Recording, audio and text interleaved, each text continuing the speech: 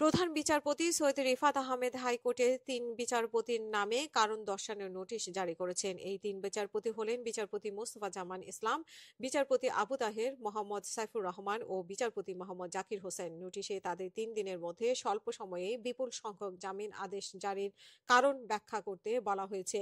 গত ২৪ October high court বিভাগের বিশেষ কর্মকর্তা ও ডেপুটেশনে নিযুক্ত অতিরিক্ত জেলা জজ মোহাম্মদ মোয়াজ্জেম হোসেন হোয়াটসঅ্যাপের মাধ্যমে নোটিশ পাঠিয়ে বিচারকদের এই তথ্য জানান। এছাড়া ফোনের মাধ্যমে প্রধান বিচারপতির নির্দেশ বিষয়টি জানানো হয়। নোটিশে বলা হয় যে বিচারকরা জামিনের আদেশ দেওয়ার সময় ২ সদস্যের বেঞ্চের দায়িত্বে ছিলেন। বর্তমানে তারা একক সদস্যের বেঞ্চে দায়িত্ব পালন করছেন। এছাড়া জামিন আবেদনে অভিযুক্তদের আইনজীবীদের তালিকাও জমা দিতে বলা হয়েছে। এর আগে আইন উপদেষ্টা আসিফ নজরুল জানিয়েছেন যে একজন বিচারকের জামিন মঞ্জুর করার ক্ষমতা আছে, তবে ৪ থেকে ৫ ঘন্টার মধ্যে প্রায় ৮০০ মামলার শুনানি সম্ভব কিনা তা নিয়ে উদ্বেগ প্রকাশ করেছেন তিনি। এবং আইনজীবী ও আদালতে কর্মকর্তাদের মধ্যে এই গণজামিনের আদেশ সুপ্রিম কোর্টের অভ্যন্তরীণ তীব্র আলোচনার জন্ম দিয়েছে। বিশেষ করে ২০২৪ সালে জুলাই আগস্টে অভ্যুত্থানের সাথে সম্পর্কিত মামলাগুলো বেশিরভাগ জামিন দেওয়া হয়েছে। এই সময় গোপালগঞ্জে সংঘটিত সহিংসতার কমপক্ষে ৫ জন নিহত হন।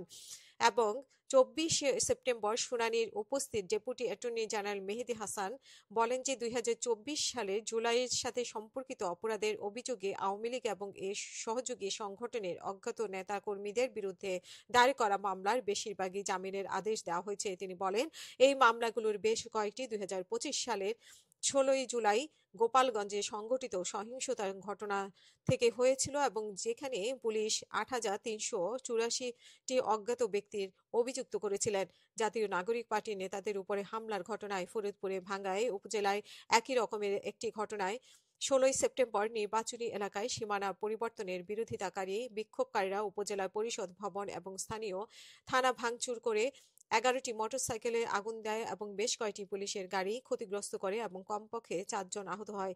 এর আগে বিচারপতি আবু তাহের, মোহাম্মদ সাইফুর রহমানের নেতৃত্বাধীন বেঞ্চে জুলাই আগস্ট ২০২৪ সালের গণ অভ্যুত্থানে তার সাথে সম্পর্কিত একটি হত্যা মামলার যাত্রাবাড়ী পুলিশের সাবেক উপপরিদর্শক সাজ্জাদুজ্জামানকে জামিন দেওয়ার জন্য আইন উপদেষ্টা আসিফ নজরুলের সমালোচনার মুখে পড়েন এবং মামলাটি জুলাই অভ্যুত্থানের এক শহীদের মায়ের দায়ের করেছিলেন এবং পরে সুপ্রিম কোর্টের আপিল বিভাগ হাইকোর্টে জামিন আদেশ স্থগিত করেন।